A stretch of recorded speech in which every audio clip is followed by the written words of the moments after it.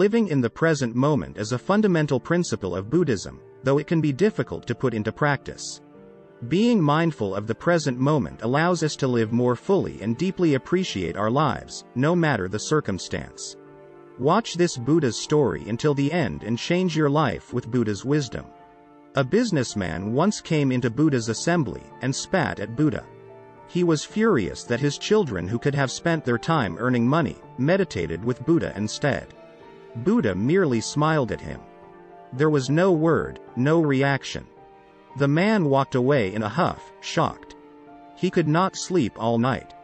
For the first time in his life, he met someone who smiled when he was spat at. His whole world had turned upside down. The next day he went back to Buddha, fell at his feet and said, "Please forgive me. I didn't know what I did." But Buddha said, "No. I cannot excuse you." Everyone in his assembly was taken aback. Buddha said, "Why should I forgive you when you have done nothing wrong?"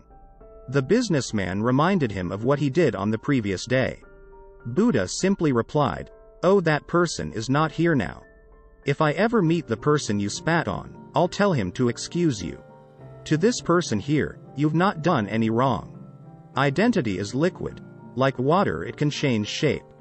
But, like the monks, we have an illusion that it's fixed in stone." They saw the same angry man even when he was on his knees. If you sit on the couch 8 hours a day, we call you lazy. And soon enough, you see yourself as lazy too. This tag made of your past actions will bite you when you try to improve. Even if you exercise and get fit, you will still see the lazy fat person in yourself. When you are in this illusion, your growth becomes limited. You fail in tasks that go opposite to your identity. This places a huge ceiling on our life. You'll only be able to do what your past allows you to. Psychologists say identity is derived from our memory. When we tend to derive identity from our past, we engage in rear-view thinking. It's when we look at the past to define what is possible for us in our future.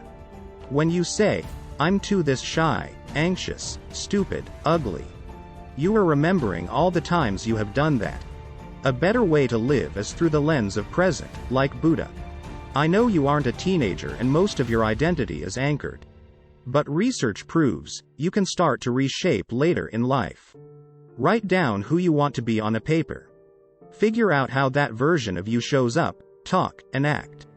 What's stopping you from showing up like that? Probably, your past.